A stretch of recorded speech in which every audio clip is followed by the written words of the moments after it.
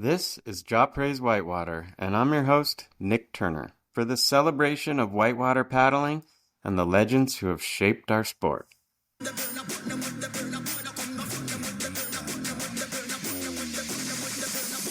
Original. Good things. It's like Christmas morning. Jaw Praise Whitewater is brought to you by Kayak Session Magazine, the international whitewater magazine. This magazine is a true work of art. If you've never picked one up before, go to the local shop, find one, and look through, and you will be amazed at what the sport is doing right now. If you want to find out what the latest expeditions are going on all around the world, it's in Kayak Session Magazine in the news section. If you want to find out in-depth articles on the latest exploits of the very best paddlers in the world, it's in Kayak Session Magazine.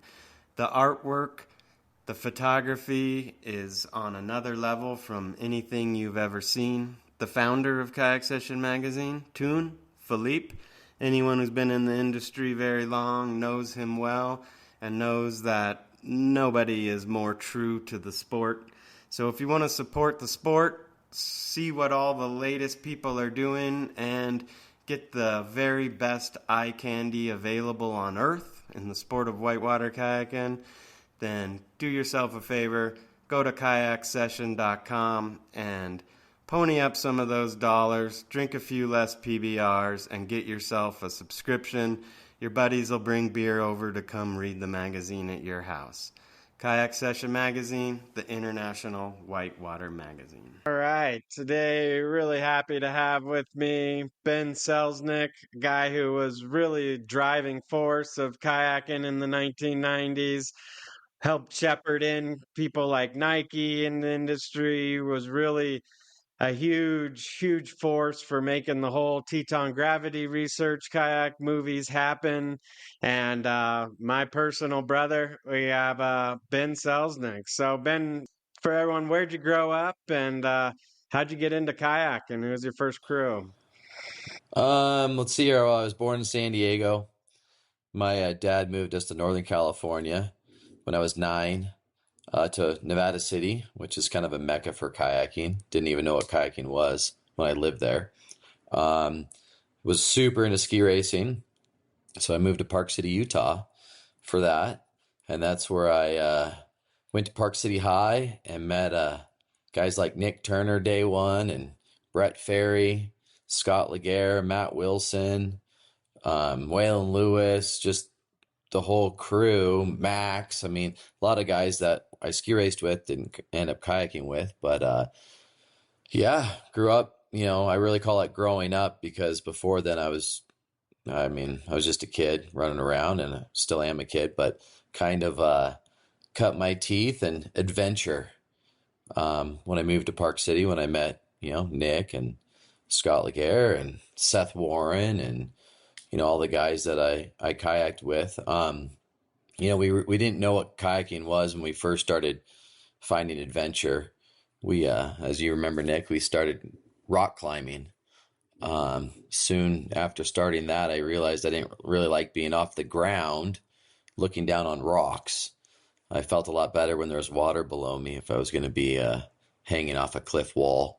And we also got into windsurfing, which was super fun. And as Scott Laguerre would say, there's too many moving parts in windsurfing. You got to rig all this stuff, and the wind might blow, it might be gusty. And then who was it? It was Matt Wilson's dad was into kayaking, and Jack Sherman was into kayaking, and Jack Sherman, I think he took us to our first pool session. I know Matt was into it. Wilson was kind of kayaking because of his dad, and then we thought that was a pretty good idea. So we started going to pool sessions, and we didn't have a lot of places to go kayaking in Park City. We had the mighty Weber River, which I remember the first day going out there, and I think I was in some big Dagger Excel or some huge long boat. That's all there was back then. A borrowed boat with probably a borrowed helmet, borrowed life jacket, borrowed skirt, borrowed everything, and went on the Weber. And the first time I paddled across the current, just across the current, there wasn't even a wave, it was just current. and got enough speed to kind of turn with by just doing a rudder stroke. I mean, it was hooked. It was it. That was like the coolest thing I'd ever done. I think having some time as a youngster in the ocean, surfing and boogie boarding waves, surfing waves, and having that feeling was amazing. And then experiencing that on the river on such a minor level was just like, I'm done.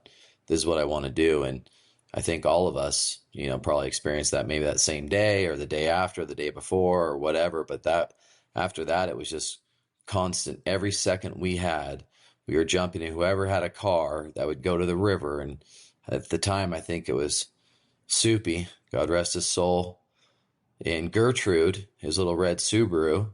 And we would load that thing up with as many kayaks as we could. And even if there wasn't a room for a seat, you'd get in the back of the car or whatever it took to go out to the river. And, I remember my mom at the time was pretty freaked out about it. And every day she'd be like, "You're not going." And it was just like, "Bye, Mom. See you. You're not going." "Yep. See you, Mom.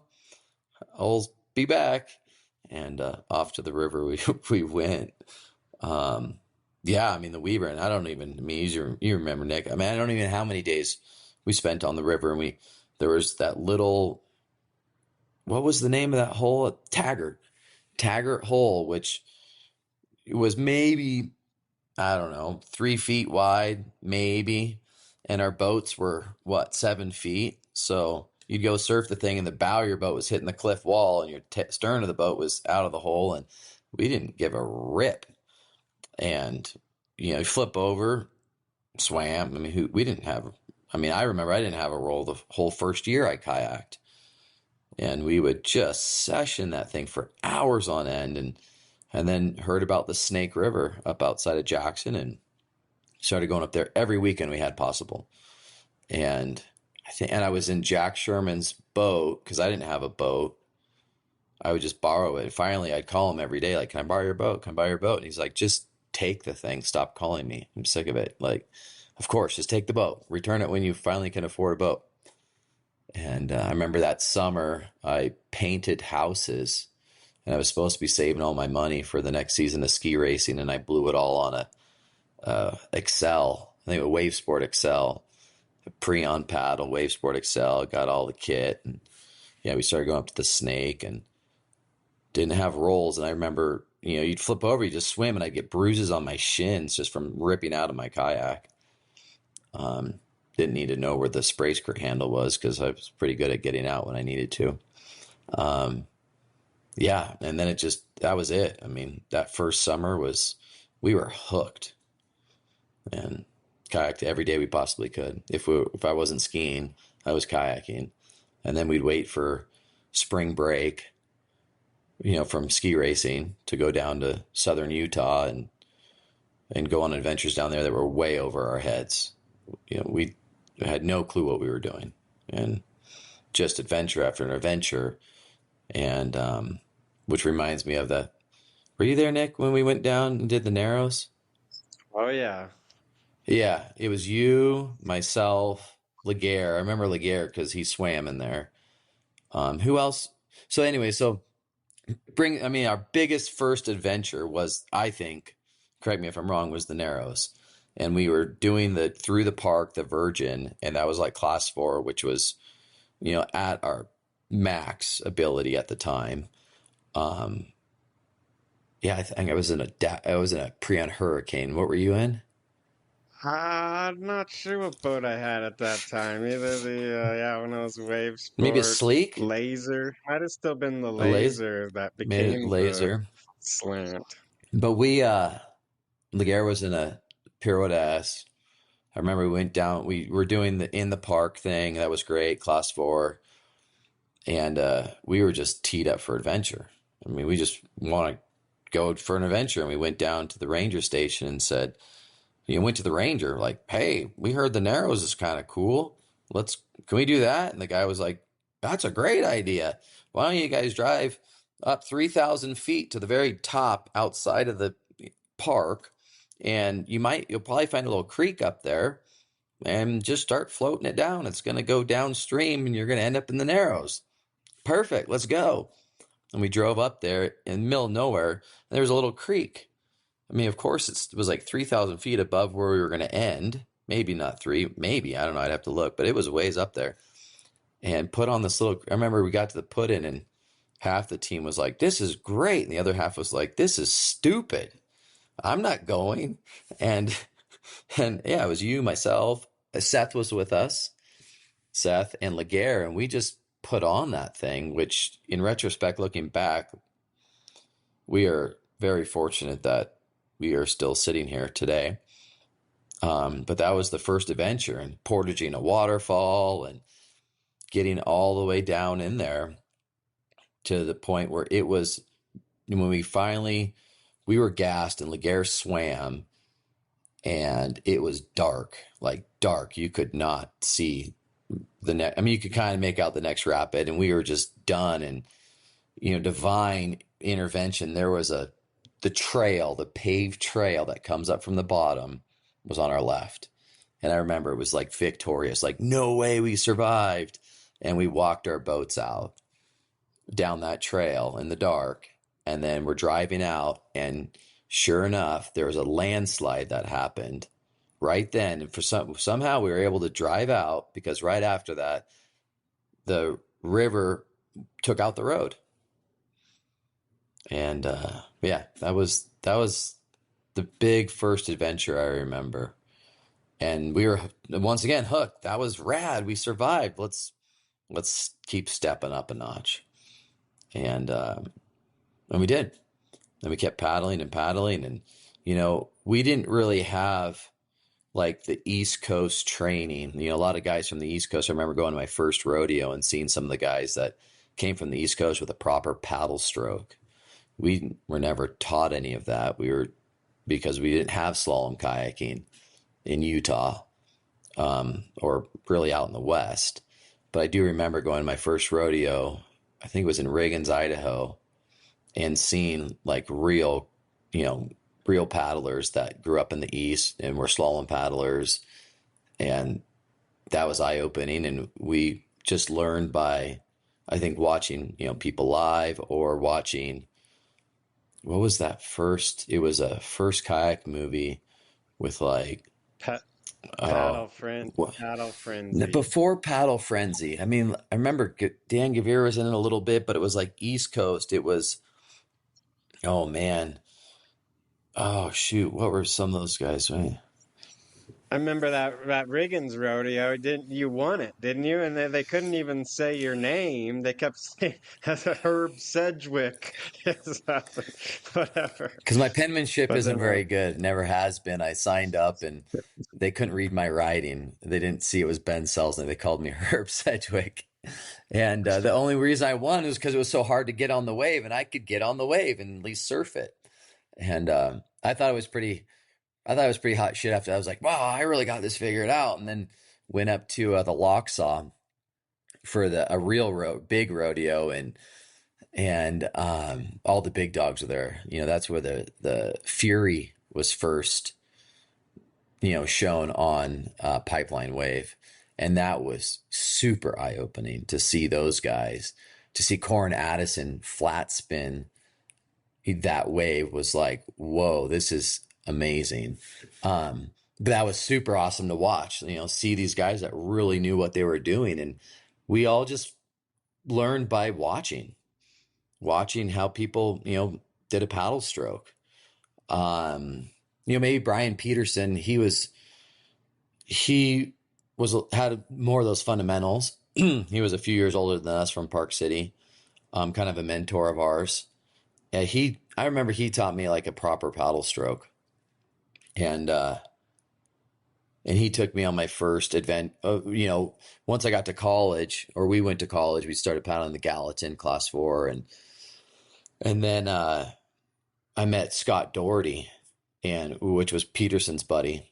And they took me to Oregon for my first trip. I remember we loaded up in his truck, and I was the young freshman kid, and those guys were like juniors in college. And I, just rode in the back of his truck. We went all the way to Oregon, and they took me down Hewson Falls for my first time, which is, all you guys know, is, like a 10-foot drop, but that was big time, to run high water drop. But I guess before that was we went no, maybe it was that summer. Remember, we all went to California.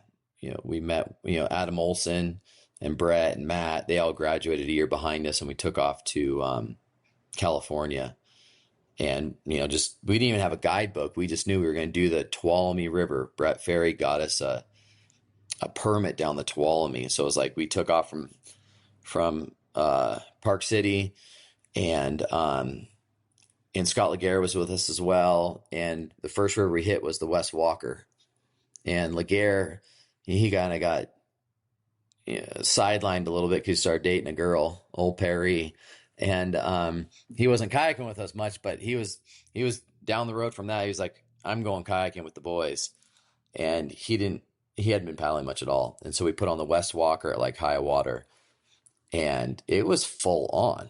And I remember he was gripped. He almost swam. I remember he got pinned, but somehow he got off that. And that was the start. And recently I've gone down to Mammoth, take my son to a ski camp. And I went by the West Walker this last year at high water, and it's legit. I can't believe we dropped in on that thing. I mean, I don't know if I'd do that right now. I couldn't believe it. I was like, wow, that's full on class 4 plus class 5.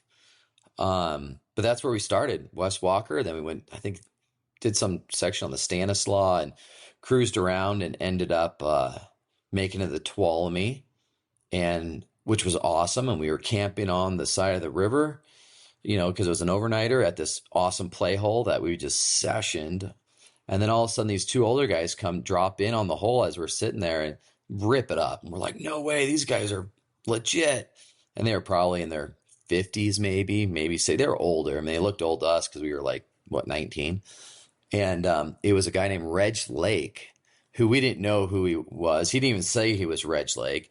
He was just like, hey, you guys running a shuttle? We need to run a shuttle too. And we're like, sweet. So we hooked up with them and ran their shuttle. And at the end, he handed us the California guidebook.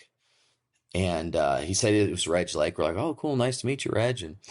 And then we look in the back of the book, and not all, but a majority of the first descents were all done by Reg Lake. And we were like, oh my God, this is incredible. The gods have spoken again. We've got the Bible. We're going to go shred California. And we went to Rainbow Falls. I don't know if you remember that. It was like maybe a 20-foot, just perfect little waterfall. We sessioned that thing all day long, backwards, forwards. We can run waterfalls now. We are legit kayakers, and we thought we were pretty cool. And then we took off to, remember, we went up to Oregon, and, anything in that book was like, if it was class 5, we're going, we got this. We're doing it. And so we went up to the White Salmon. We'd heard legend a little bit, but we didn't really know. And so we did like the upper section of the White Salmon, which was pretty full on. I remember we just would run stuff blind. We're like, if you can kind of see, you're good. And remember something happened? Did you swim up there, or you got stuffed in something? Do you remember that on the upper White Salmon? Yeah, I remember it being epic though. And then we did the green truss. We're like, oh, that was chill. We got the green truss. It's in the book. People run it. We can run it. And I remember getting to Bob's pour over. Well, I didn't know it was Bob's pour over, but we're sitting at the top of the eddy looking over the lip, and Brett's like, hey, it looks pretty good. Just, boof it hard. And I peel out and boof it in a hurricane and just get stuffed in Bob's pour over. There was no getting out. And it was like my first real legit swim, get out, eject out of the boat. And it was dark because that pour over was deep, and it was dark where I was. And I remember swimming to the top and just like, whoa, totally humbled. And that's right above. I don't know if you guys ran it or if you guys portaged. I don't remember. But then we got to Big Brother, and it was like, what? People actually go off that? There's no way. And we portage that. Then we get to Double Draw. No way. You'll die. Portage that. And then we get down to, BZ Canyon. And Seth was in a transition. I think we just talked about this when we were in Mexico. Get to BZ Canyon, and we we get out to scout, and Seth pulls up and he kind of puts his boat half in the water, half out of the water, and we're like, dude, you better pull your boat up, like that doesn't look good. Whatever. And we're scouting and we're looking down river, and here comes a transition just ghosting down the river, and he was on the other side of the river, and he's river left, we're river right, and his boat's gone. And like, how are you going to get across the canyon now? And luckily there was this big old growth log on top of the gorge, and he had to shimmy across that thing and then hike for the road. But that was humbling. I remember being very humbled, and I think that was the end of our trip. I had a phenomenal trip. Everybody survived, nothing major, and got good and humbled. And then we went, that would have been our freshman year in college summer, went back to Montana, and we would paddle every day. I remember if it was above 32 degrees, we'd kayak. And days that it was well below 32, maybe 12 degrees, we'd go do the Bear Trap Canyon.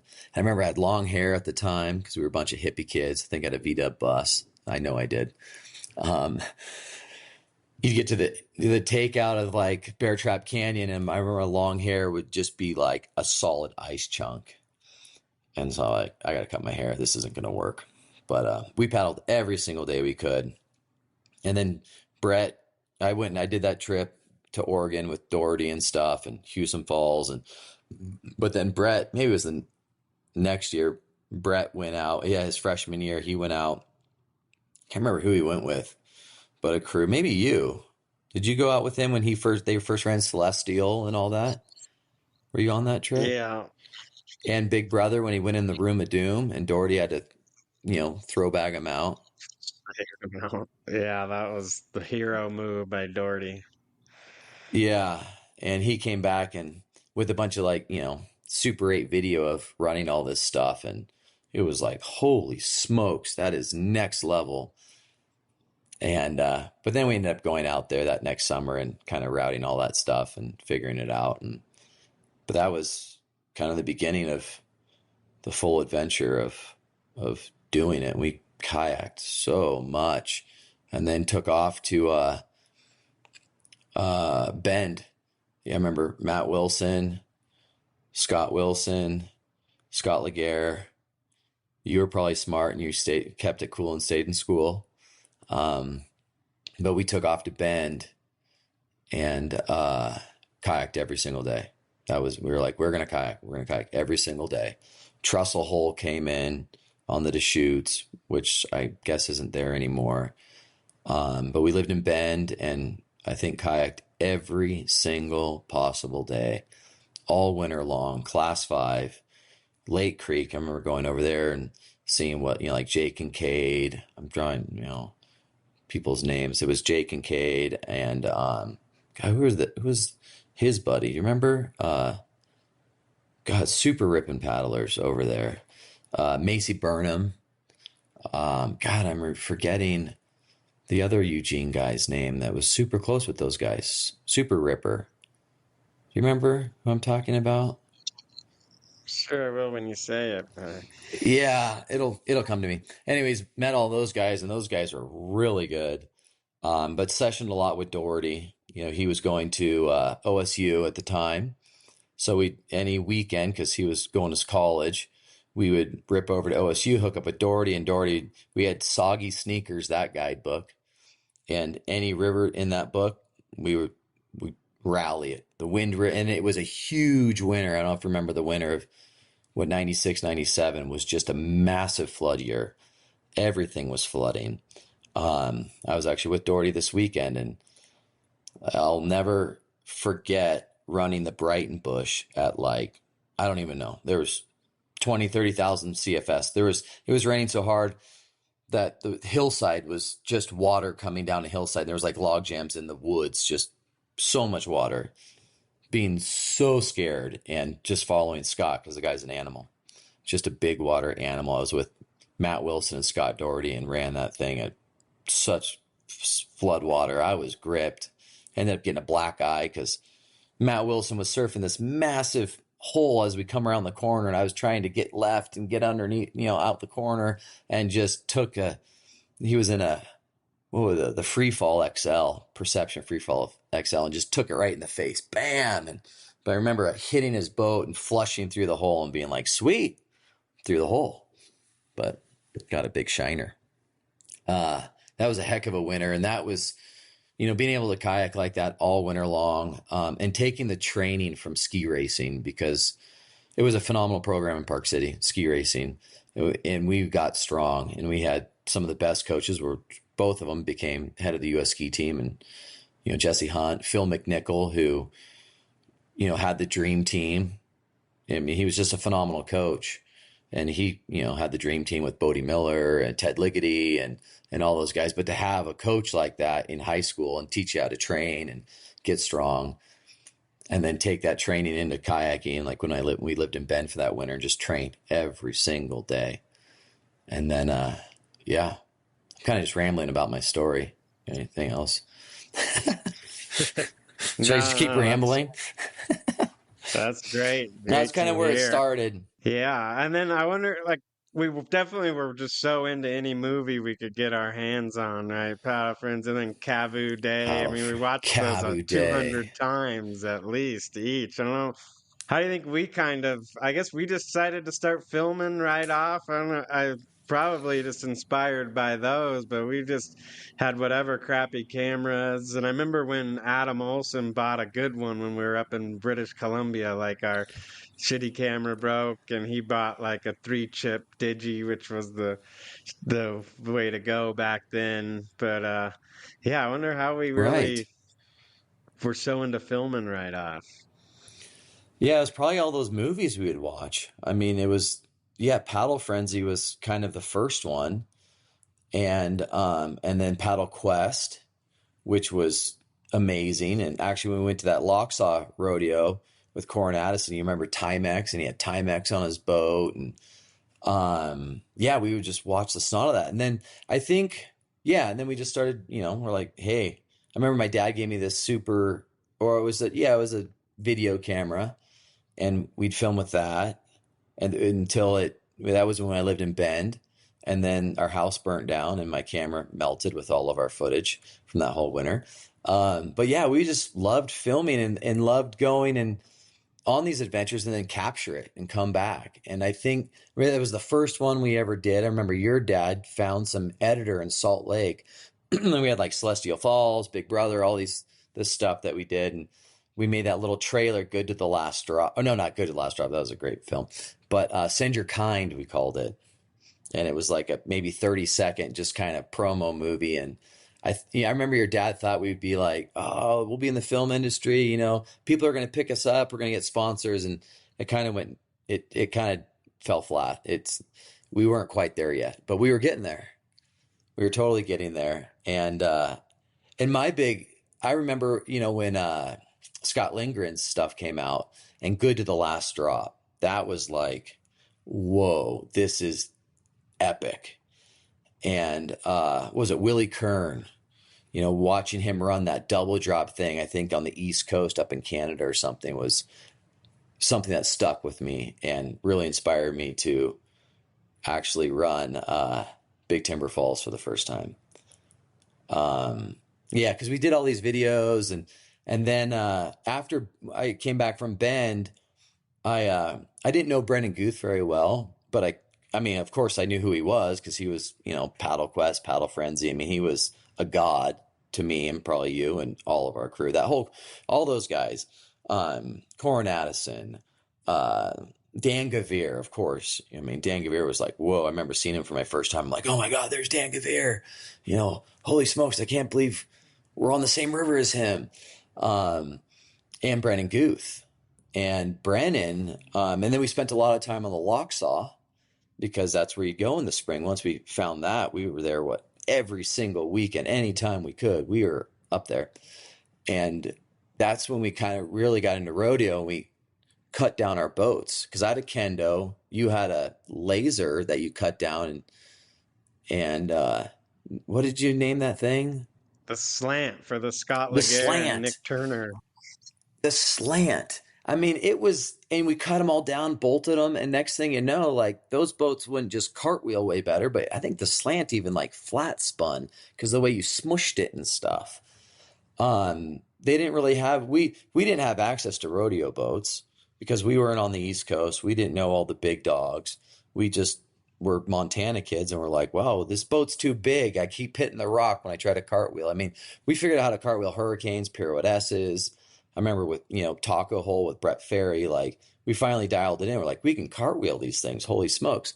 But then we then we got the shorter boat, Kendo or whatever, which was big time, or the Pirouette SS, which was kind of a dog.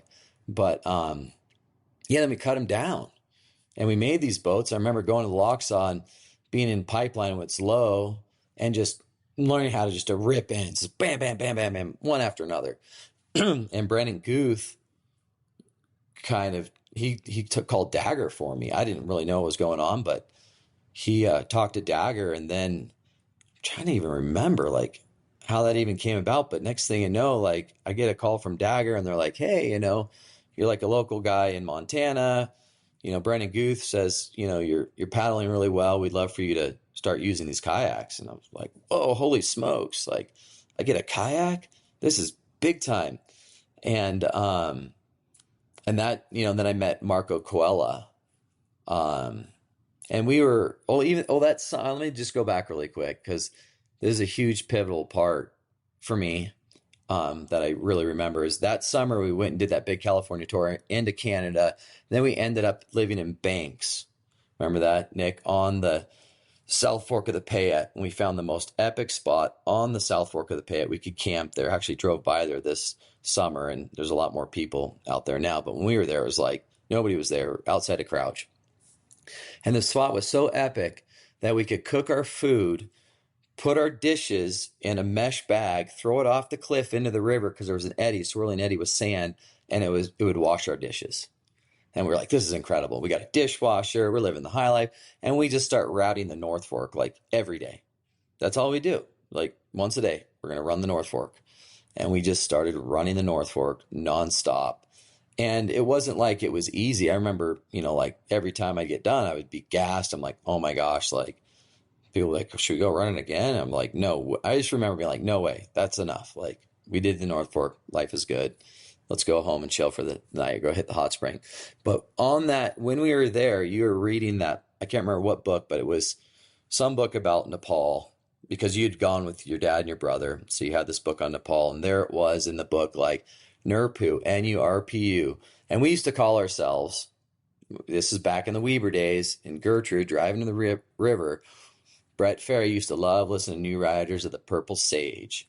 And I remember, maybe it was influenced by a bong hit or two, but Brett Ferry coming out and being like, dude, we're New Riders of the Perfect Wave, man. So we call ourselves Nurpu. And so fast forward that next year, we're on Banks and Nick's reading this book and he goes, no way, guys, look at this. Nurpu, Nurpu, the Himalayan god of mountains and rivers. And we're like, oh my God, it's divine again.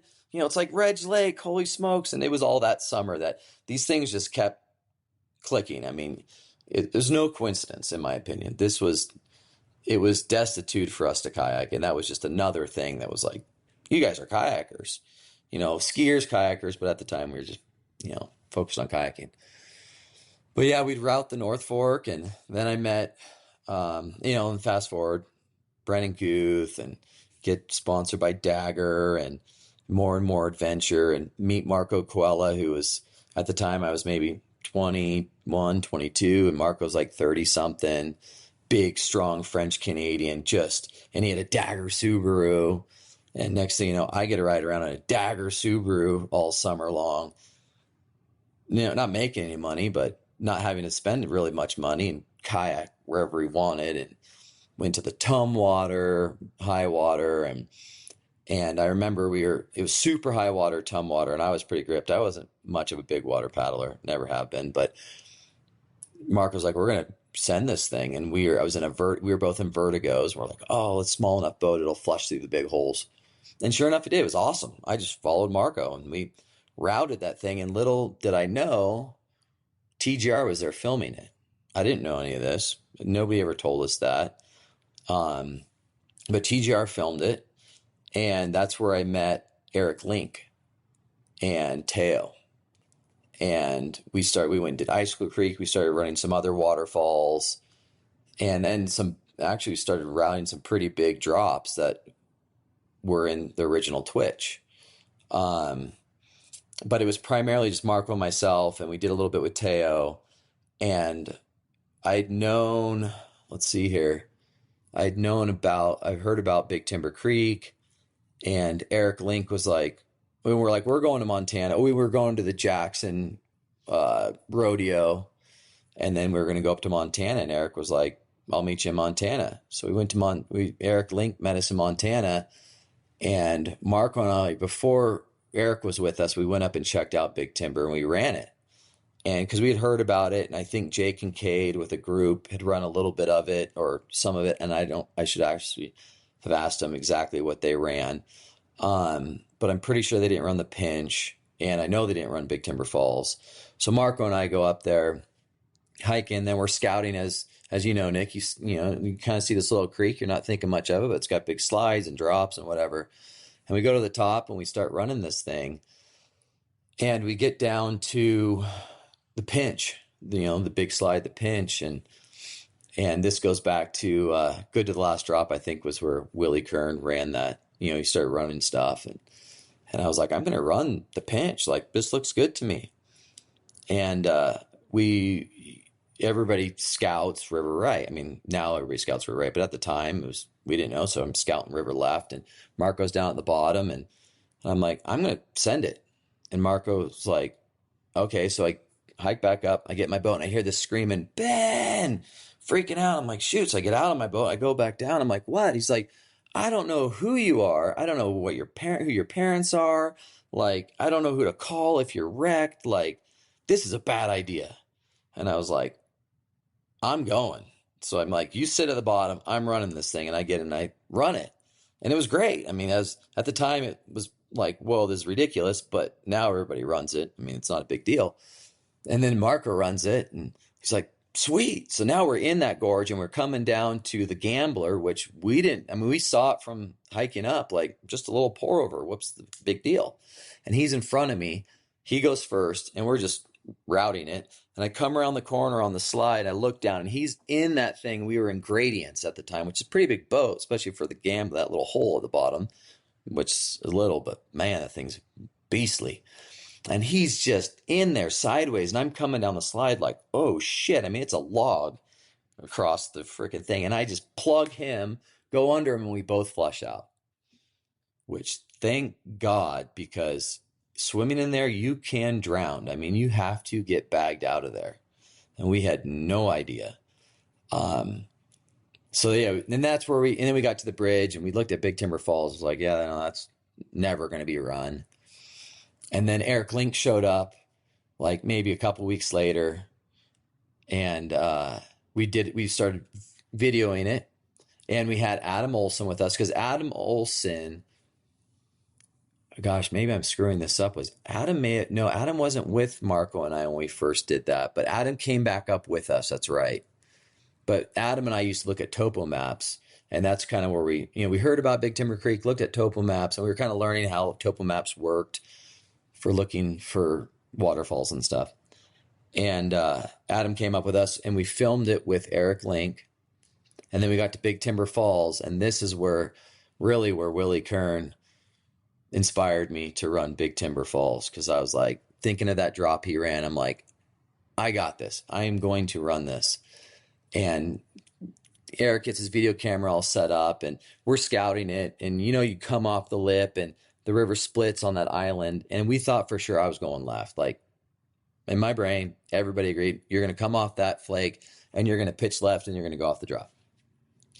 And I peel out, and I drop in, come down, and I'm right. And I'm like, what? This is not the plan. Now I'm skipping down this thing. Holy smokes.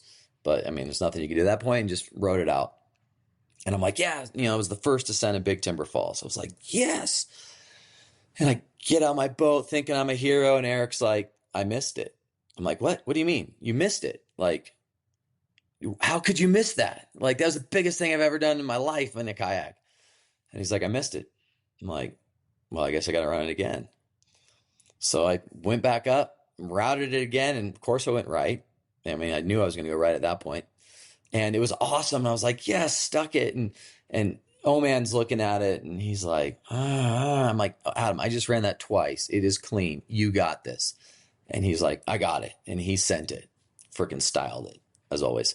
And then Marco ran it, and that was huge. That was pretty awesome. And then Eric had a bunch of footage, and then he was able to kind of get some funding, and then we went to Mexico. Marco, Gavin Murdoch joined us. He was a dagger paddler from Canada, world junior freestyle champion, phenomenal kayaker, and went down and stayed with Grant Amaral at his place and started running the Agua Azul and, huge travertine waterfalls. The one big drop by his place we didn't run. We were like, God, that is just large. But way fast forward, like Evan Garcia and that whole next crew, they start running that stuff, of course. But went through Mexico and just started hitting every waterfall we could, anything we could find. We were just, at that point, we were like, we're sending this stuff. And Gavin ended up, we were running some big 30-footer, and he breaks his nose really bad, and he had to fly out.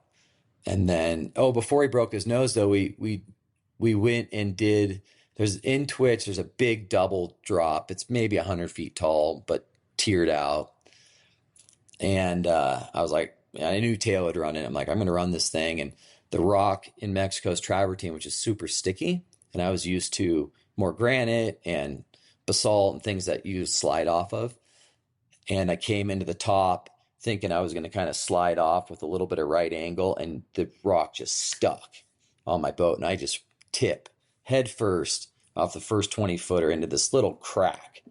I mean, I just so lucky. And then with a little peeler off the next lip of the next 60 or whatever. And luckily I just rolled right up off that thing and down the next drop. And that was eye-opening. I was like, holy shit, I survived that. Maybe I shouldn't be doing that. And that was, Nick, that was right after Lucas died.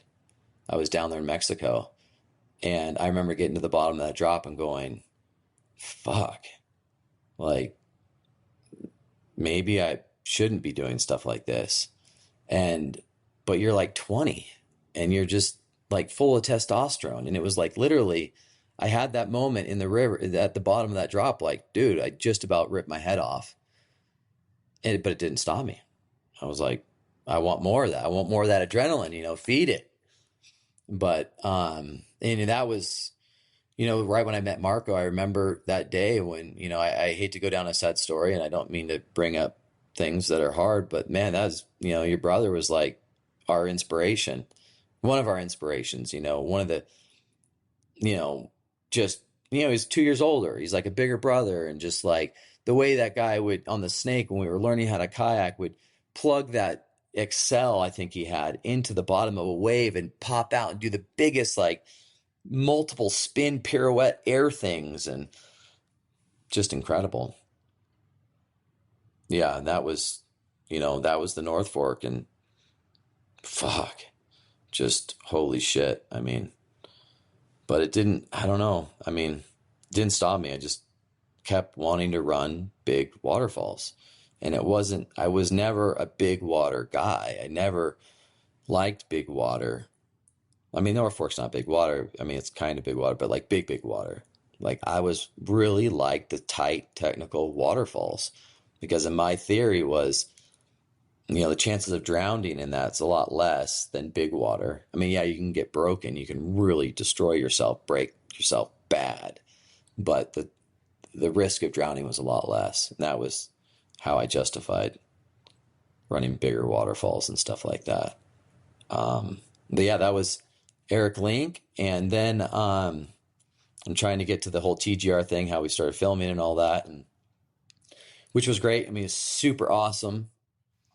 That Twitch movie was definitely a really iconic movie, kind of the first one, especially out west, that was just all waterfalls, right? Just the gnarliest waterfalls all over. That definitely set the stage for the kayak film industry for the next 10 years almost. And that's why we wanted to kind of have a shock and awe. Like, I mean, Good to Last Drop, all those things were like incredible. We just wanted something that was like kind of disgusting almost. Like, this is disgust, like just waterfall after. That was our vision, right? And the Tomata and but we never really filmed with, I mean, this might hurt Teo's feelings, but I don't mean to, but this was just where we were at the time. It wasn't, Teo never really filmed with us on Twitch. And we did this movie just basically Marco and I, we had Adam Olsen, we had Gavin. Um, and we came back and we're like, this is our movie. And then, Eric Link was close with Teo, and Teo was a phenomenal kayaker. And he had some old, like, because Eric had that new digital Canon video camera. I mean, that was a digital camera. It was amazing. That was state of the art. And Teo had some old, footage, which was amazing. And anyway, so we do this whole film, and then we come back and Eric puts it together and he has Teo in there. And we're like, Teo wasn't even part of that. But okay, whatever. I mean, not a big deal. It made the movie even better because Teo's so freaking good. But it was a little bit like Mark and I were like, well, that was kind of weird. Anyways, but it made the movie even better because Teo ran even bigger waterfalls than we did. But got Twitch done, and then Adam and I found, and you were probably involved. I don't want to disregard anything that anybody else did. I just remember Adam and I were like, Sweetwater or Sweetgrass, it's the drainage just north of Big Timber. Let's do that. We're going to film it. And what happened is Adam was a part of all the Big Timber stuff. Finding, he was crucial in that beginning of Twitch, and Eric cut him out of the whole video. And I was really like, that's, and put Teo in, which, I mean, I understand, like, we needed more waterfall footage, but it just really didn't sit well with me at all. I was like, that sucks. This was my right-hand guy. We're like finding all this stuff, and you cut him out of the movie we did, and all this filming, like, you could at least put him in a little bit. But anyways, and Eric didn't want that. He was like, I want just the core athletes. That's it. Okay, that's fine. And so then we found Sweetgrass, and Eric was going to come out to film Twitch 2, and he wanted to film Sweetgrass. And that winter, I was at a party in Bozeman, and Aaron Lofty, we all know Lofty, freaking awesome dude, was like, you need to meet my buddy Arden Oksanen. And so we were at this party, and Arden was a film student from Jackson Hole, but he was a film student. He was just graduating from MSU. And I met him like, hey, and I'm Ben, this is what we're doing, blah, blah, blah. I'm like, let's go down and introduce ourselves to TGR. And that winter, that ski movie came out, whatever TGR's movie was. And we go to it down at Four Corners. And at the very end, there's Marco and I running Tumwater Canyon in the TGR movie. We had no idea we were going to be in. I had no freaking clue. I'm like, holy smokes. And at that time, like, TGR was like, whoa, TGR. And people were like, oh my God, you're in a TGR movie. Blah. And I was like, holy shit. And so then then I met Arden, and I'm like, hey, they put kayaking in one of their movies. Let's go down there and talk to them and see if we can do a kayaking movie. And so we go down there, meet with Steve and Todd and Dirk, and Arden's from there, of course. He was a professional skier, phenomenal skier.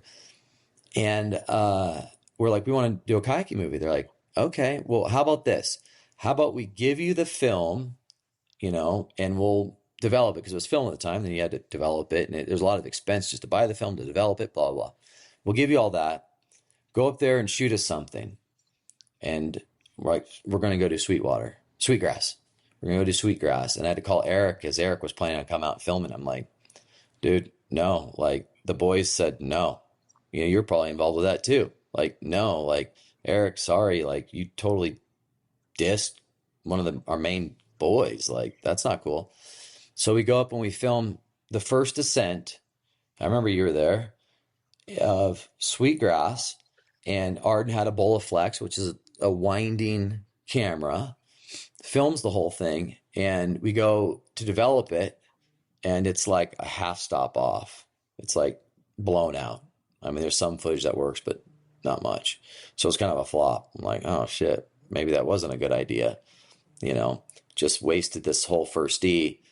I mean, not really, but a little bit of that thought process. And but teacher's like, and we're like, we're going to Nepal. We're gonna go to Nepal. We're gonna go film there. You know, that would have been summer, so it would have been fall. And Arden, come on, man, we're gonna go film a trailer, a real trailer. And so we go back to TGR, and TGR gives us film, but we still don't have a camera. You know, he needs an Airflex, which at the time was like probably a $10,000 camera, maybe more. And nobody had that kind of money. Arden didn't have that kind of money. But Rob Kingwell, his best friend, who was one of the, you know, best snowboarders of all time, he was on the U.S. snowboard team at the time, just won like, I mean, he's making money hand over fist. I mean, he's just crushing the peak of snowboarding, and buys Arden an Airflex camera. And we're all the way over in Nepal, and Arden like still hasn't bought a ticket, still doesn't have a camera. And I'm like, oh my gosh, this is bad. And all of a sudden Arden's like, I'm on my way. And he shows up with film, a camera, and I'd been over there already with Alex Allen, and we'd done a bunch of stuff and kind of got it dialed in best we could. And Arden shows up with a camera, and we start filming. And man, that was epic, wasn't it? Yeah. Yeah, that really kicked it off. Once that Nepal footage, it was go. Yeah, we came back and with a full trailer of, you know, a bunch of footage of running some amazing stuff, and came back and did a trailer, and then went to the trade show with the trailer, and that was it. And that was the beginning of TGR and filming for all those years. We came back and sponsors were ready to go. I mean, just that name TGR and having some actual good footage. And that was the beginning of the first one, Nurpu, and it was all shot on film. And that set the standard. You know, film set the standard, because digital, the highlights in the water would blow out. And we shot on film, and then, you know, Lindgren in the competition all had to switch to film, and they did. That was the beginning of that, or the middle of my story, I guess. And and it just took off from there. And next thing you know, we're traveling the world kayaking, and off to, you know, or did we didn't, yeah, we did. And we did Sweetgrass again. We refilmed that. We did Big Timber. We did a bunch of the stuff in Montana, Lolo Creek, I imagine, Bear Creek.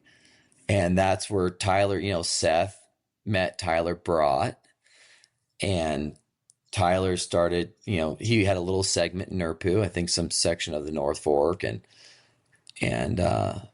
well, I can't remember where else we went. A bunch, you know, it was more like Montana, Nepal was Nurpu. And then the next year was, you know, where were we going to go?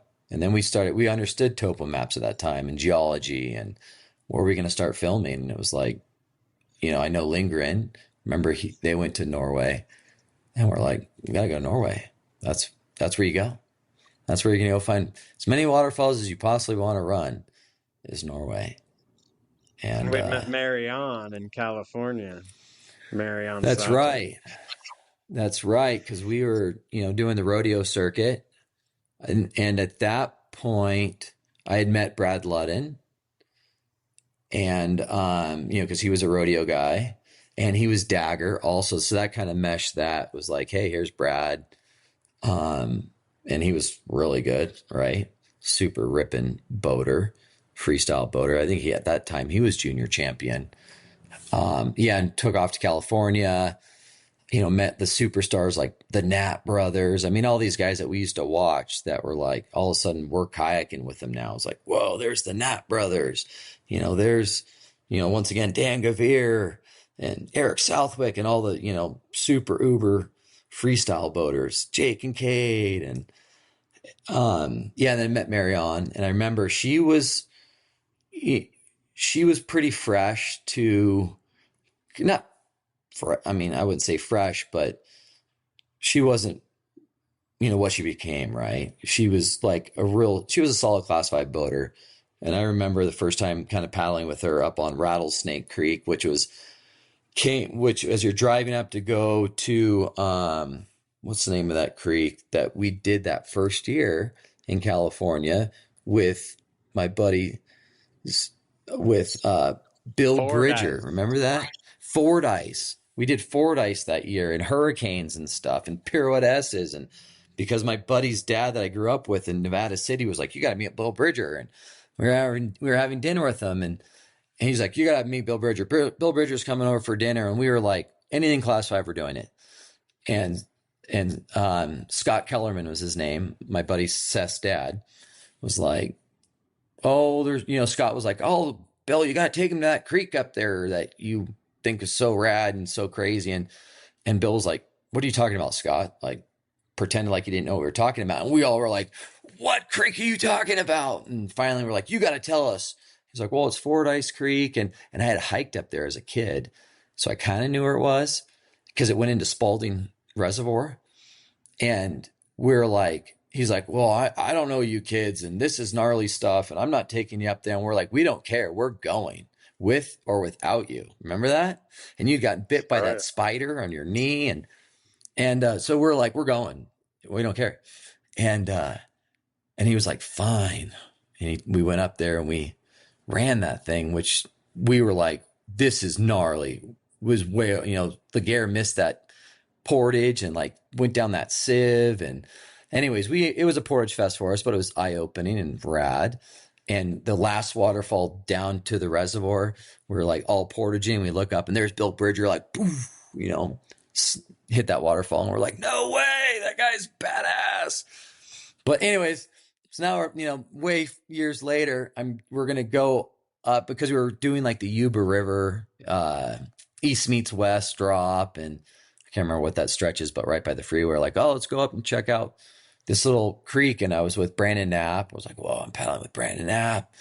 And there was this big, like gnarly, like 40-foot, like crumbly waterfall thing. And Marianne's, she's doing pretty well. And then she goes and she runs this thing. And I don't even think Brandon ran it. Brandon's like, I don't know. And Marianne runs it and like just wrecks, like catches an edge and just tomahawks down this thing. And I'm like, oh my gosh, like that was ridiculous. I can't believe you're okay. And she's like, Norwegian style, I'm going to run it again. And I was like, nah, I think you're done for the day. Like, we're good. We all ran this thing. Things are good, but let's shut her down. I don't think she really liked being told that, but I was like, this is just kind of, you're lucky you're alive. Like, call it a day. But yeah, totally met Marianne there. And she's just, I mean, as you know, ever since then, it's like freaking goddess. We ended up going to Norway with Marianne, to go see Marianne. And that's where we met Mortensen, or, oh shoot, what's his dang it. My brain doesn't work as good as it used to. Morton. Right? Morton. Yeah, Morton. Yeah, Morton. The sweet guys have just Erickson. been starting that company. Yeah, the Strutter helmet and Eric Mortensen, or gosh dang it. I am sorry if they watch this and I'm not remember.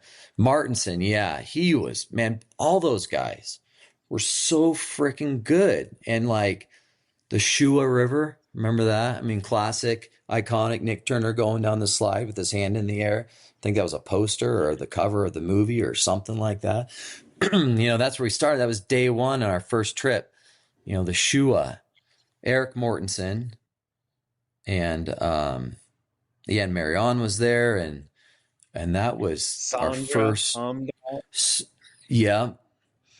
And those guys had just started Sweet, and we all had those Strutter helmets, and man, Sweet has just blown up ever since then.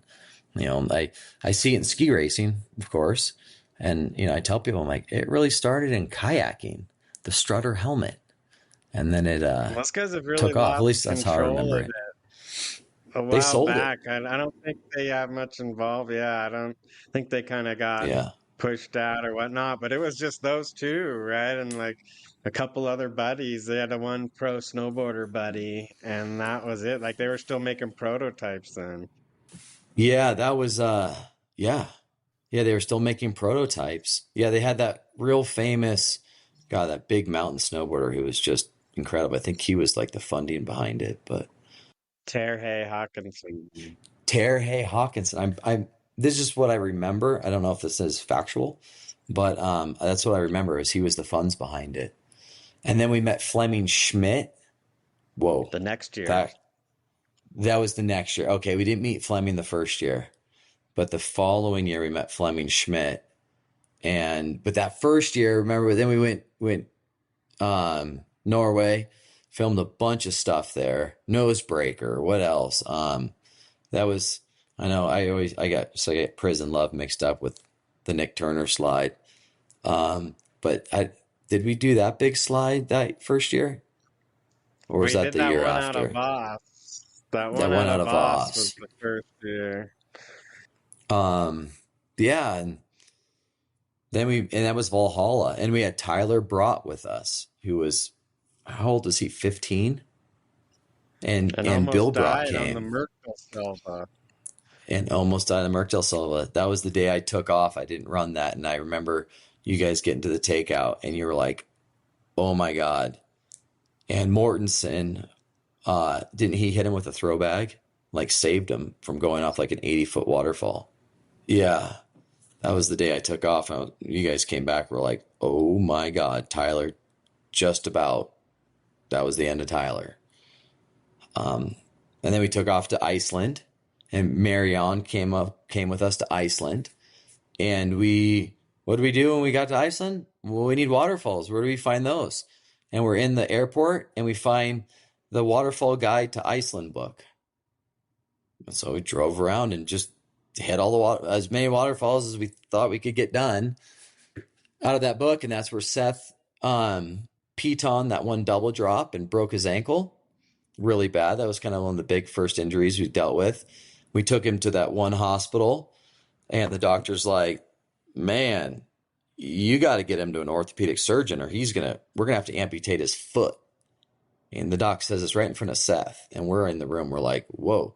And Seth's just like, "Oh my god!" So then we got him to a surgeon, and he got surgery, and we go run waterfalls during the day. Come check on Seth in the afternoon at the hospital. And then I remember I went home with him. I got him home, and apparently that surgeon did a phenomenal job. I left with Seth, and then you got banged up and ended up in the hospital. Iceland was hard on us. Yeah. Broke my wrist. Broke your wrist, stitches. But that was Valhalla. Valhalla was Iceland, Norway, and yeah, that was talk about an adventure. Where else did we go in Valhalla? Can't remember. Probably did some more Montana. Did some like Upper Stillwater. But then Yule at that Creek. point, Yule Yule Creek in Colorado, or Willie slice in the face. I remember doing Yule Creek with him. That was sweet drop. Those were some sweet drops. Um, and then and Nurpu was when we went to Canada, or maybe that was Valhalla where we met Becky Bristow. You know, the beautiful Becky Bristow living in um, Revelstoke, Canada. We meet this like beautiful kayaker that super good, and she started taking us to drop waterfalls in BC. And what was that? There was that big waterfall right there, not Rainbow, but Sunshine or something like that, right there in Revelstoke, like that perfect 45, 50 footer. Um, so it was so perfect that Dan Armstrong and Arden ran it. I mean, they hadn't been, they're like, "Wow, we can do this," and that was pretty. Oh, and you had Topolino, the gold Topolino. Remember? And you kind of landed a little flat, I remember. Um, yeah, that was, and so Becky Bristow joined the team. So now we had two of these like beautiful women that were like, we can kayak class 5. Really, I think added to the appeal to, or maybe that's why people watched our movies. But yeah, that was awesome. Went to Colorado. I just remember when you mentioned Colorado, I was like, oh yeah, that's right. Becky was with us there, Colorado, Daisy Creek, and did a bunch of filming over there, which was super awesome. And and that's kind of when, after NERPU, more and more sponsors came on board.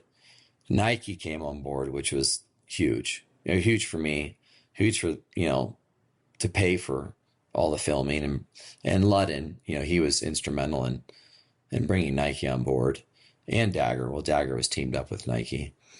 And NERPU, we actually were in Europe too. Remember, I almost forgot about canyaking. Can't forget about canyaking. No, and I came from Nepal. I'm meeting those Austrians. Chris Schnoller. Chris Schnoller and, gosh dang it, Hansi Zolb. We met them during NERPU up on the Bodacozy at Borderlands, which was the resort that Meg all started, and met them, and they were hired to put in canyoning routes up there on the Bodacozy on tributaries. And we met them up there. It was Seth and I, and we're like, well, let's go try to, we looked at the gorge they put the route in, let's try to kayak it. And so we did. I mean, it's not like it was great. It was more adventure. It was just more adventure. It was like, let's get in that gorge. How are we going to get in that gorge? Is there anything to run in there? I don't know. Let's find out. Let's go down in there. So those guys helped us get down in there, and we ran a couple of waterfalls, and the adventure was amazing. And they were like, you guys need to come to Austria. We've got some sweet canyoning over there, and you guys can come run some of that.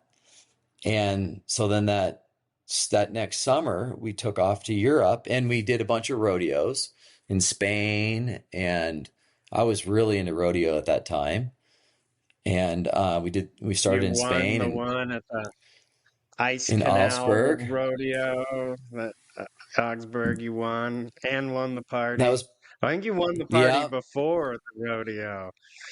I did win the party before. I didn't, the whole time we were in Europe, everybody's talking about when we get to Augsburg. When we get to Augsburg, we are gonna party. When we get to Augsburg, we are gonna party. I mean, all the pros, everybody's talking about Augsburg, and we were like the young kids on the block, and there was maybe some jealousy because we had a film crew. We were the young kids. We were ripping, and we get to Augsburg, and they had the big Red Bull bus, and Shorshi Schaus was his name. I didn't really know him, but I think he was a Swiss, paddler. And these guys are all really good, and they were all part of like Paddle Frenzy and all these big movies that came out that we used to watch. So we were like, whoa, starstruck. But now we were the new kids on the block, doing some cool stuff. And I remember being on top of the Red Bull bus, and I had one cocktail the whole night, and I swear I got roofied because it was blank tape for like 3 hours after that. I don't even know what happened. I mean, you guys tell me. I bought some big bottle of wine and like slammed it on the ground and said, "This is for Cavu Day," because Cavu Day was the coolest movie ever, and I was just honoring it. And I remember coming to. I mean, it was this huge rage, as you remember. I remember we swam like the ice canal, which was kind of stupid. And I remember coming to and like being like naked in this massive shower at the Olympic Park, and Simon Westgard was like looking at me like, you're out of fucking control. And I think maybe he paddled for Dagger or not, but he was like, you guys are on drugs. Like, you guys are out of your minds. And I wake up the next day, and it's like the rodeo day, and people are pointing at me, and I'm like, what the hell's going on? Thank God I won the frickin' rodeo, because they probably would have arrested me and kicked me out of the country. And that was probably the biggest rodeo I ever won, was the German Open. And I remember Ludden going to me and going, dude, you just won the German Open. Like, that's huge. And I'm like, wow. Yeah. That was the end of our Europe trip. And in the middle of there, we lived in, well, it started in Pamplona. Remember Doherty and Ludden ran with the bulls because we landed we landed, I don't know, somewhere in Spain. We went to Pamplona all jet lagged. And those guys are like, we're running with the bulls. I'm like, that seems crazy. I just watched the news from the day before and the guy gets killed and you're not supposed to have backpacks or anything. Well, those guys got to wear a backpack because they needed a head cam. This is before GoPros. So Ludden, I think it was Ludden, had like a Pelly box video camera with, routed up to a head cam thing, and he ran with the bulls. And then they get into the arena, and that's where they let the steers out.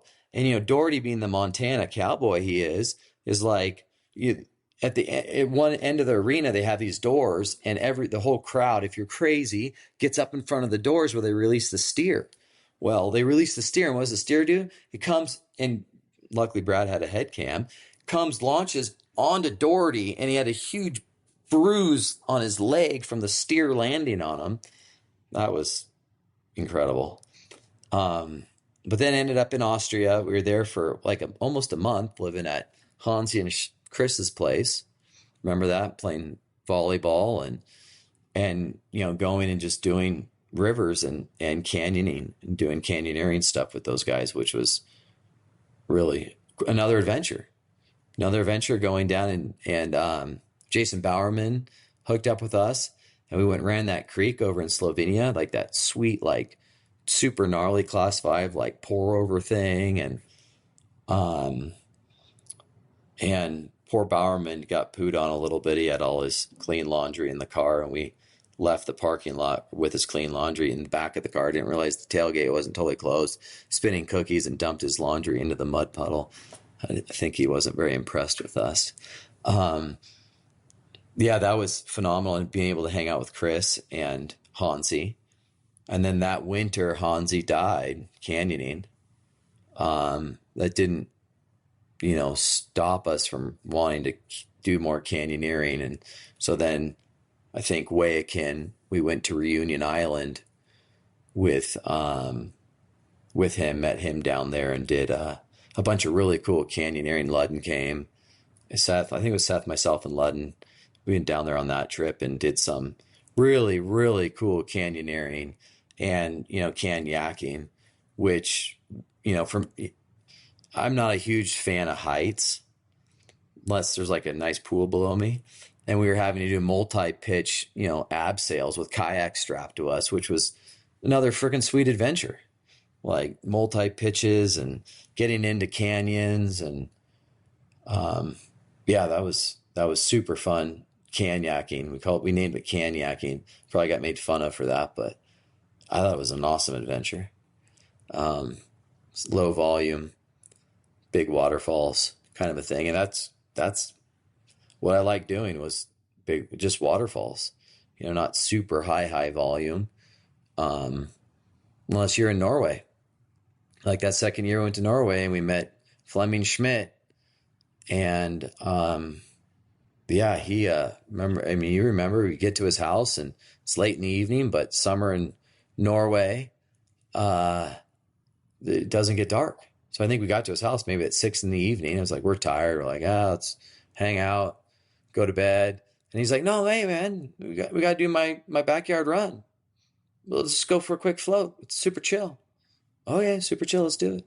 We put on, and it's full on class 5, like waterfalls. I mean, pretty good volume river, like probably 4,000 CFS and pour overs. And I remember we got to this, we're like, whoa, this is not what we were expecting.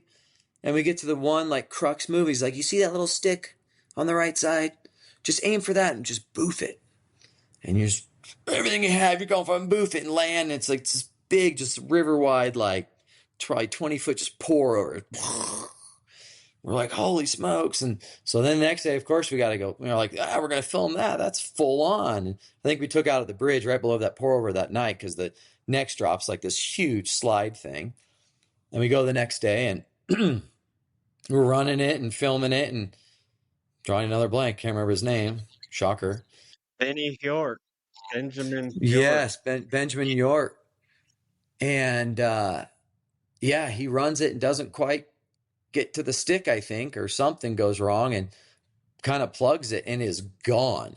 You remember this. I mean, he's gone. We're like, oh my God, this poor guy is gone. He's gone. I mean, a minute goes by and, 2 minutes, you're like, oh my gosh, this is bad. And we just start, it wasn't easy to access. So we're just throwing bags behind the waterfall thinking maybe he's back there. And sure as shit, he comes out. A bag gets to him. He's just chilling back there. Pull him out.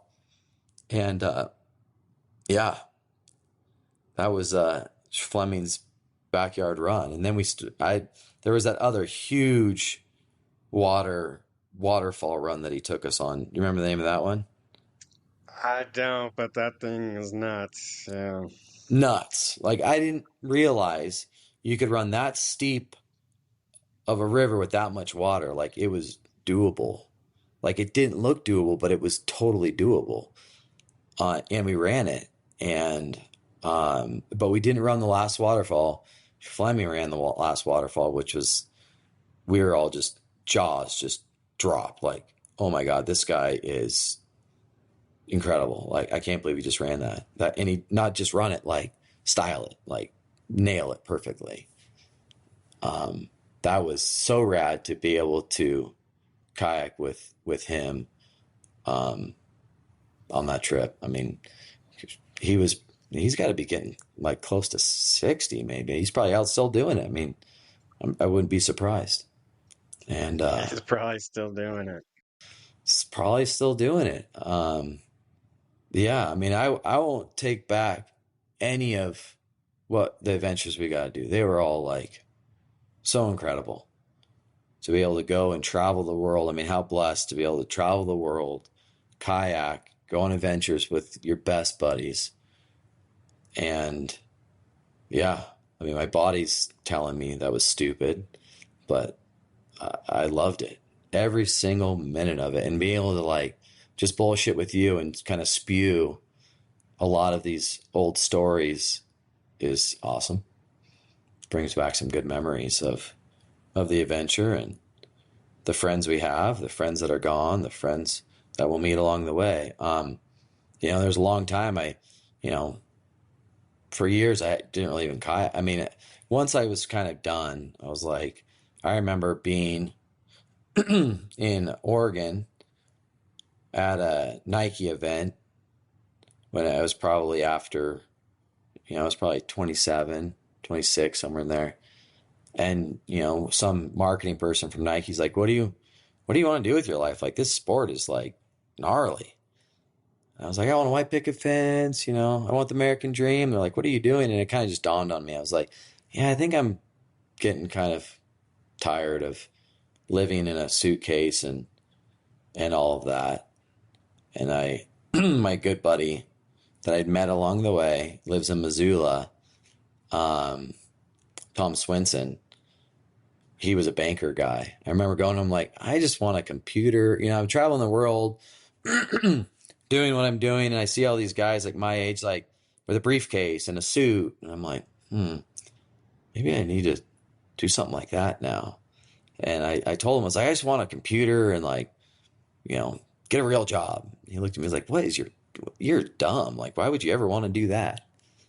And I went down that road. I got a real estate license and I was flying airplanes at the time. I became a flight instructor and just kind of entered that whole part of my world and kind of really took a hard step away from, like, pretty harsh step away from kayaking. Like, kind of at like a pinnacle of my career, I just like stepped out. Just, I'm done. And there was a lot of factors. I remember being like my last trip I ever did was in China, and Brad was with me, and we were running some big water, gnarly thing in China. And I remember getting stuck in just this, like, I was right behind him and I didn't make the move and got stuffed in this hole, this huge, hole, and just getting throttled. And I'm like, if I swim, there's no way I will live. Like, I am dead. I will drown. And just fought and fought and fought and fought and fought. I mean, to me, it felt like an eternity. It was probably minute maybe, and finally got out and just like got to the shore and put my boat on my shoulder and was like, I'm losing the edge. Like it, when we were younger, you did something like that and it was like, whatever, stuck it, sick, let's do it again. But it was just like the testosterone level in my body started to drop. I lost the edge. I wasn't just like, that was sick, I stuck it. I was like, this is probably the end. I wasn't willing to sacrifice my body, and my life. But it was, up until then, it was just Shangri-La every single day, getting in my kayak and paddling. And so I just pretty much dropped right off, just dropped. I'm gone, I'm done. And there was other factors, like Nike was pulling out. They wanted to get into adventure racing, which that's rad. And the money was in adventure racing. And I remember I was renewing my contract with Nike, and a reporter from the New York Times, via Brad, somehow got to me. He probably was smart enough not to talk to the person. I wasn't. And I talked to the reporter, and they're like, so you're renegotiating with Nike, the sport of whitewater kayaking, what is it? And how are the negotiations going? I'm like, kayaking's kind of dying. This sport of whitewater, my brain it wasn't dying. It was just that the funding was dying, I should say. The funding's dying. The money's drying up. And Nike isn't, they're marketing, and they're going to put their money where they're going to get the best return. And that's adventure racing. Like, but she rewrote my words and said, oh, Nike thinks kayaking's not cool anymore. They're just about what's cool. They're pulling out of kayaking. And apparently, then the Nike manager calls me and is like, apparently Phil Knight read that in the New York Times, quoting me. And that was the end of me and Nike. They said, well, we'll keep you on a team. We'll give you shoes and, hats and stuff, but that's it. And I was like, there's my sign. And I got that call while I was at a class getting my real estate license. I was like, and that's the end of that story. And it also just wears on you, right? Those like 6 week long trips of waking up every morning to go run the gnarliest stuff on the planet. Right? I mean, I remember just like those butterflies were such a consistent companion. It was what you were searching for when you were younger, right? And we first got into those adventures, but towards the end, it's just like, damn, another morning in a row of waking up with these butterflies. You learn to control it, but yeah, it really wears you out. It does. And the expectation, right? It's like every year you got to step it up, and we would always step it up. And so then it's like, well, what's going to be the next big thing? How are we going to step this up? How are we going to keep people engaged by watching us? And there was a younger generation coming up. We were banged up, back like Spirit Falls still to this day. As I was just in Mexico with you. I could barely walk, and I've had back surgeries. And right now I'm in so much pain that I get an MRI on my spine again tomorrow to see if I can fix something. But that next generation was coming up, Tyler Brock, Rush Sturgis, Marlo Long. Oh man, I'm probably forgetting all the rest of these kids all of them, just young and willing to take the whole next level. And they did. Like I was just with Scott Doherty last weekend, and like Anya, Dora Franchek's son, and Sick Nick, well, he'll always be Sick Nick to me. I know we're not supposed to call him that anymore, but he's still Sick Nick. Their son, Jude, and Scott said that at the kayak store, what was it, Love Boat in Missoula? He was just there last week, and they showed Valhalla. They did like a movie showing of Valhalla. And Scott went to it and said it was rad. He's like, it's just so funny, like watching us in Valhalla, just like, straight air, just off waterfalls. It was like, oh my gosh, you went off a waterfall. That was huge. Just straight air. Those kids now, as you know, are doing flippy woos off them. I mean, like Jude and, from us, it went Tyler Brought, Evan Garcia. And I remember like Ian and Evan when they were kids, on the wave train kayak school. I remember going to Creighton's Hole with them when they were like kids.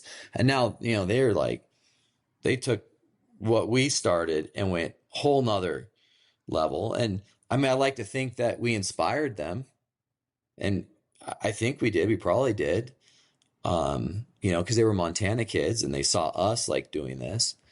And it's so rad though to see that next generation, like Tyler, biggest waterfall in the world kind of thing, Rush Sturgis. I mean, to see those guys take it to a whole nother level was also the writing on the wall. It's like, hey, I'm getting older.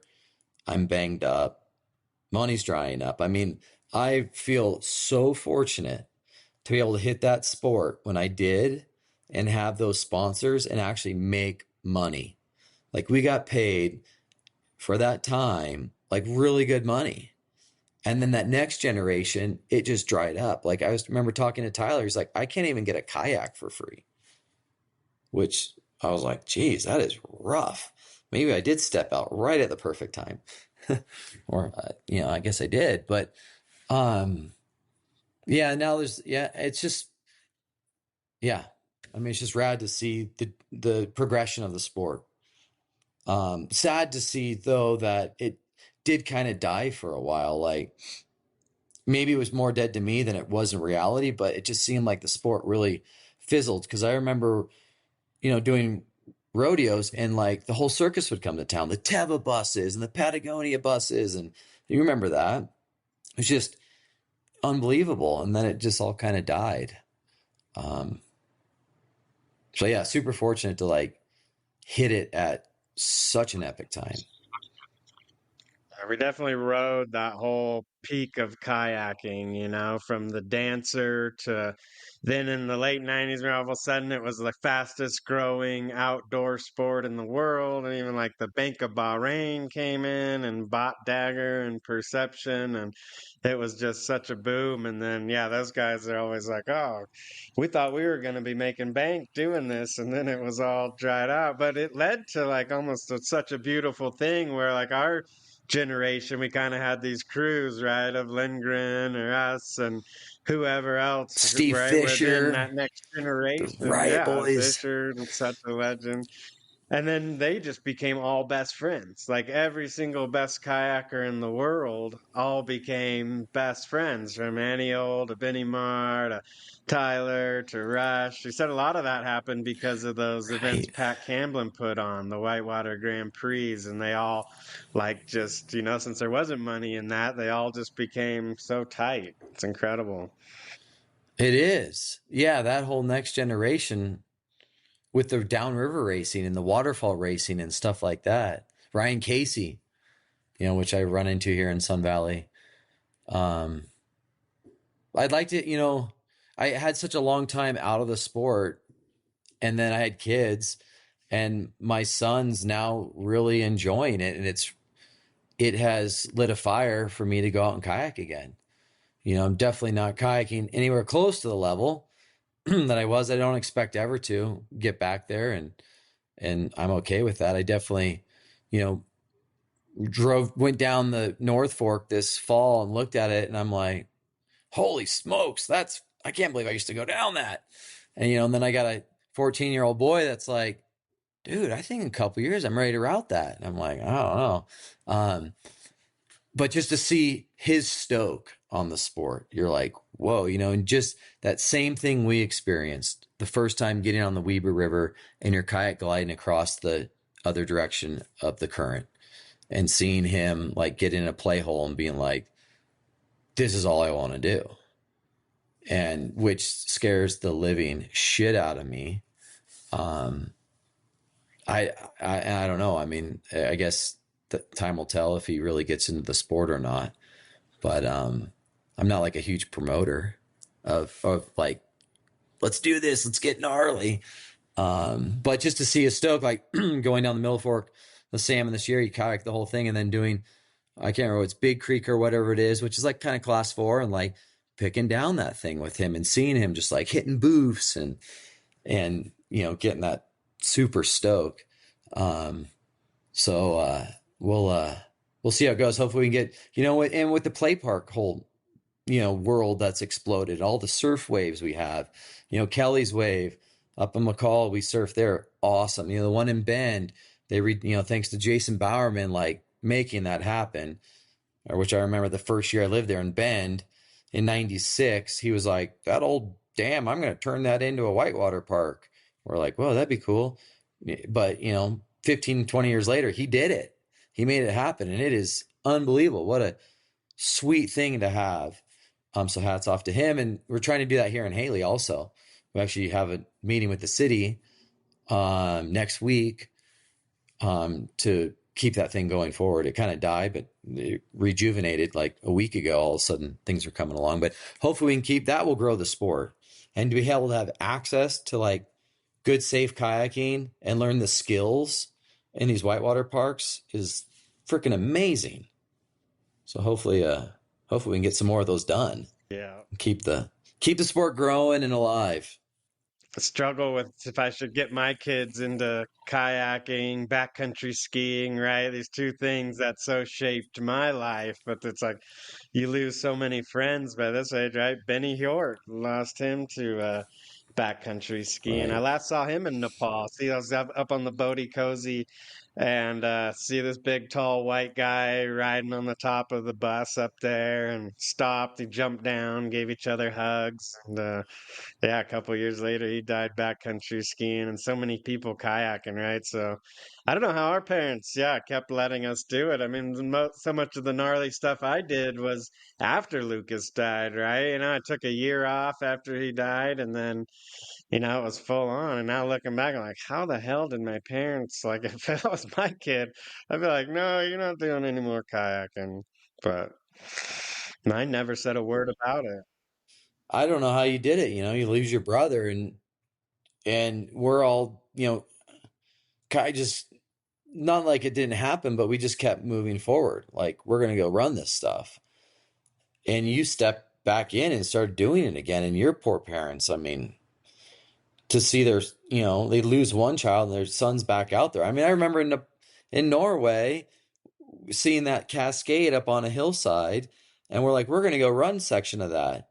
And we put a rope across the top of a freaking like 150-foot cascade.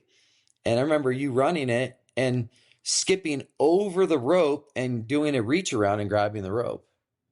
Like, which was, I mean, yeah, it didn't really slow your adventure down. I mean, it did, but you still enjoyed it. And I mean, and Lucas would have wanted you to do that too. I mean, he wouldn't have wanted you to stop because he had the same stoke, this, about the adventure. I mean, he was 100% adventure. I mean, big mountain skiing and climbing and all. I mean, he was adventure, and he instilled that in his younger brother, you. And yeah, I mean, our parents. I remember I'd go to we'd go to Jackson for like the kayak film premieres, and my dad would come and he'd watch these movies and like, what the fuck are you guys doing? And we're like, oh, it's all good, we're just out doing our thing. Yeah, our poor parents. I mean, but it was for them to allow us to do that, not just like, say this is stupid. My dad never did that. He was like, just train and take the opportunity that you have, and don't, waste the opportunity.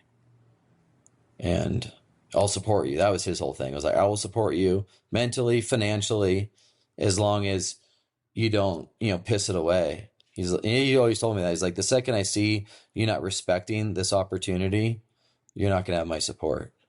He's like, you got to work your ass off and you got to do it. And I will be here 100%. And he did.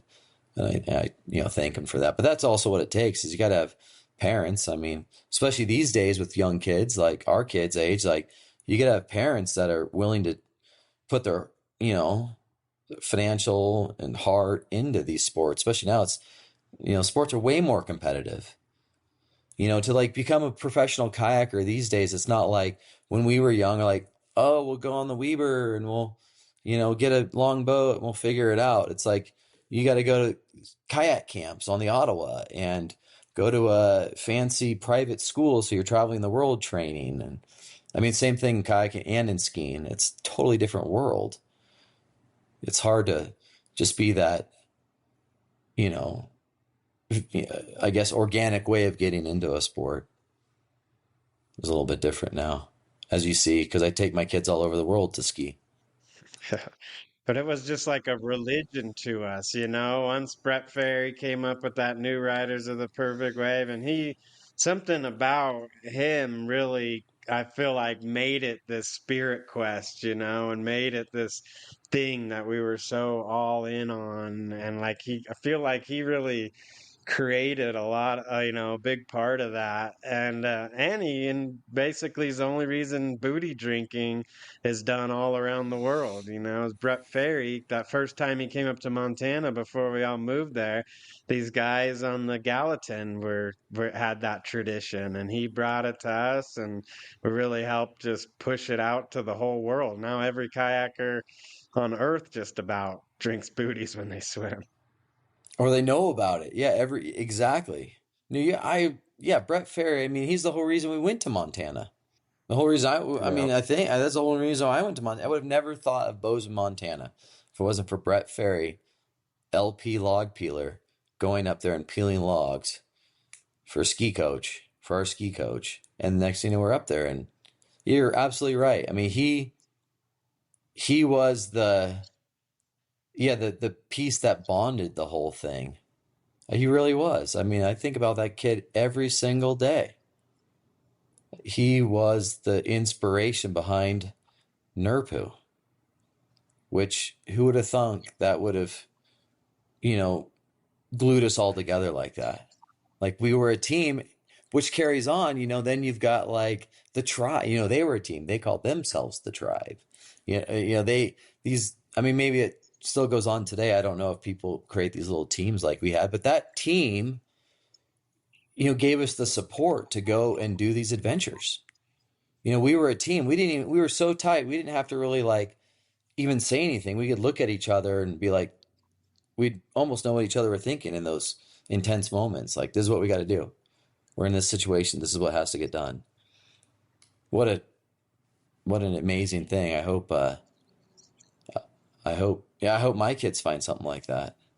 Or you're so Maybe not reliant in on the other kayaking. person in kayaking, right? You know, like kayaking, that's who you're counting on is your crew. That's right there. There's no one else that's gonna save you, and you're gonna save them. And so it definitely creates that bond too. And support. You got to have that support of your teammate to know that you trust that you can go and run this. And if something gets a little bit screwy, they're going to be there and they're going to risk their freaking lives to save yours. Epic adventure. TGR, I mean, hats off to Arden, Trask, Lauren, that whole film crew Dan Armstrong, Greg Von Dorsten, TGR, Dirk Collins, Steve Jones, Todd Jones, to give us the opportunity. All those guys, Mike Steck at Dagger, I mean, on and on and on, that allowed us to do it. Yeah, those guys, and they believed in us. Arden and Trask, they just went so all in on it. It's unbelievable. You know, they didn't even have the support because TGR, Todd and Dirk and those guys that kind of lost a lot of control at that time to whatever investor, and they didn't want anything to do with kayaking, those head people anymore. And Arden and Trask, they just put their own money into it. They just unbelievable. And hiking every river, right? You know, every other film had been a kayaker takes the camera out of their boat, and those guys hiked in with the tripods, the Super Pro 16 millimeter film, and they hiked all of that stuff. I mean, it's unbelievable how those Dangerous. two. Yeah, Arden almost dying on Sweetgrass that time. Yeah, Just a whole scree field over a 20-foot cliff into just a shallow river just went on him, and he crab walked and then found some tiny ledge off the edge of the cliff as all the boulders went flying over him. Yeah, I mean, Arden, that guy made it happen. I mean, he made that whole kayaking thing happen. And Trask. I mean, both those guys, like, yeah, if it wasn't for them, this would have never happened. I guess we would have filmed with Eric Link, which would have been fine, but not nearly as epic as filming with Arden. And yeah, we would have, yeah, I mean, I'm just hats off to those guys, like, to give us that opportunity. It's like, man, just incredible. And the ups and the downs and the stress. And I mean, yeah, stressful. You're waking up every day and you're like, I'm going to go run waterfalls and hopefully I survive. Yeah, you sitting at the top of a waterfall. I remember in Norway, sitting at the top of some big slide waterfall thing. And I was going first because I won the Rosham. I Rosham Ludden.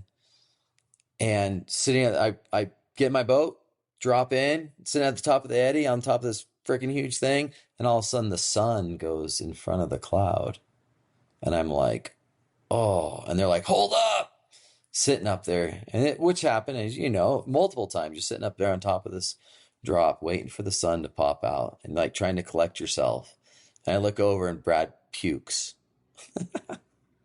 He's puking. Ugh! Just from the nerves. It's just the nerves were incredible. Yeah.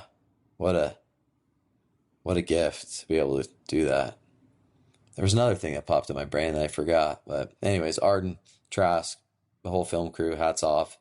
Thanks for trusting us and dealing with us, probably dealing with me. I mean, there was times I probably wasn't very easy to deal with. Stressing out, freaking out, something. But epic, and the friendships just, and the experiences and meeting all the different kayakers, like the whole Riot crew. What a freaking awesome Dale Jardine, just unbelievable how many people we met along the way. That it's awesome to see, where they are today in life, and the doors that it opens, the doors that it has opened in business and in life. Yeah, I hope to get back and paddle a little bit more. Don't know if I'll be kayaking class 5 anytime soon, but maybe some nice chill class 4. I want to do the South Fork of the Salmon. Oh yeah, for sure. But then that other, the Sun Valley Legend just died on that. That kind of was a hit because it's like that's the one I want to be able to do the South Fork of the Salmon as I get older, right? That's that perfect level of just unbelievable run. And then Grossman, man, with his son, it's just like, and he's the strongest guy out there, Jimmy, so it's just beast. hard. Yeah. Yeah, hopefully I'll do some more paddling with Johnny. He's still around here. He's helping out with that wave in Haley.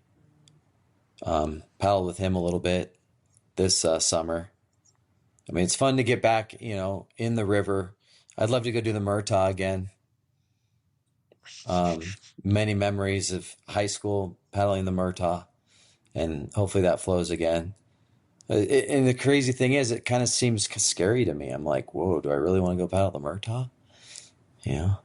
Let's make a deal. I don't know, but I'll have to find the guts to do some of those. Or like Yeah, Scott the Murtaugh Doherty, really shaped us. he just ran Spirit Falls. He was telling me like a couple weeks ago. I'm like, you just ran the Little White in Spirit? He's like, oh yeah, I was with Jude.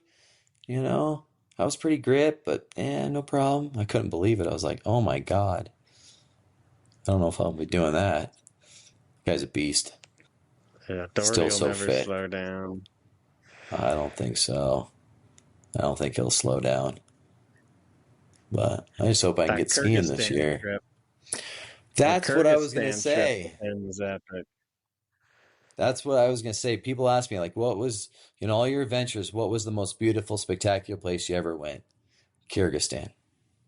That was like, oh my God. It's like, the only way I describe it, it's like it's being in Montana, but you have 20 some thousand foot peaks around you. That was freaking insane. Most beautiful Was insane. place I've ever seen. I hope someday to get back to Kyrgyzstan. I don't know if I'll kayak, but just to go back. And if we do kayak, maybe we'll hire an army and we'll be able to go to Uzbekistan like we wanted to do when we were there. Oh yeah, because we're like, there's the granite from where those people got abducted. We want to go to that valley where the climbers got abducted because we see all that granite. It's like California. We're going. Like, well, you're gonna need an army. Well, how much is that gonna cost? They're like, I don't know, maybe $1,000. We're like, okay. They're like, oh, I don't know if we can really get an army.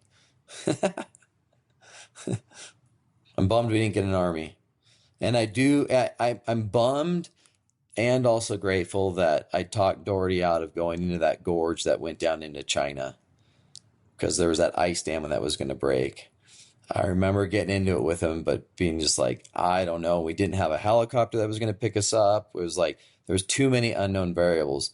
But I do remember him being really fucking pissed that he didn't get to go in there because we had drove like what, how many days to get there? Sorry, Jaws. Sorry, Jaws. Is that was the name of it? Hmm. Huh. Yeah, the Gloff hadn't gone yet. There was an annual Gloff though, where the glacier breaks and it goes, and it hadn't gone yet, and so the guides were talking us out of it. Because it was going to go any day, like it goes every year, and it hadn't gone yet. And we're like, and it's warm, and it's like, it could go tomorrow, it could go right now, it could go the next day. And it was, I think, a 3 day run or something in a gorge. So it's like if that thing went, it was bad. But sorry, Doherty. Maybe I was the voice of reason, or maybe I was just the fun shamer. I don't know. But we paddled some other things. I missed that one river you guys did. And we had Grayson Schaefer with us, the photographer. Remember? It was Grayson Schaefer, wasn't it? Grayson was writing the article for Outside Magazine, and then we had that he's a great photographer, but then we had that other photographer, that kid Kyle, that Seth knew or something, and he had been to Kyrgyzstan before. Remember Kyle? And he was Don't. taking photos as well. Did the article ever make it into Outside? Yeah, yeah, I think, It or did. whatever magazine he was writing it for. His that kind of spurred, Grayson Schaefer's career a little bit. I mean, he probably would have made it elsewhere, but that I think I remember after that, like next. I mean, he's isn't he like the chief editor of Outside or something now, or Yeah, that was a big stepping something? stone, I bet, on his career. Yeah, I remember. I've just seen his name like over the years, and like now he's yeah, he did it. I mean, I went to school for photography, but I didn't make it that far. Remember when digital photography came out? I figured that out and like would splice. That's the only way I got through college was because I'd go kayaking and then get things published in some kayak magazine, like splicing waterfall pictures together and stuff like that. And Arden, I remember he got me through college. it's when Seth took the photo, some photo that was going to be a Nike poster, and GVD was there, the big time photographer, and then Seth was standing next to him and just took a picture like on auto, whatever, and GVD had his whole setup, and then Nike bought the picture from Seth instead of GVD because it was so much cheaper, and he was bummed. uh, Seth turned this into a career as well, like through film and video, and which is pretty awesome. I mean, he was able to parlay that into a career, open so many doors. Now, who knows what's going to happen now with AI? I mean, maybe you won't. I don't know. Just use foam boaters. It'll go on. There's nothing quite like the river, There's no other sport that it's just you pull out in the current and you just have to relent to the force, You can only just work with it and there's no stopping, There's just no other sport that's so amongst the power of nature. Like Walt Blackadar. I remember you reading his book probably that first summer. Like, oh, we'll just Walt Blackadar it. Just go with the current. Yeah, another Idaho legend. Well, that was fun, Nick. Thanks for letting me kind of puke out all these amazing adventures I spent with you. Well, You remind me of so much that I didn't remember or know exactly how it worked out. So it was really killer to hear. That was a huge moment. When I didn't realize that it was totally over the slight of animals, and that really kind of sparked that that switch and being like, you really are like, I'm going with my boys, that's where we're going. So really cool to Yeah, that was hear so much of that. that was uh that was pivotal. Sorry, Eric, if I pissed you off.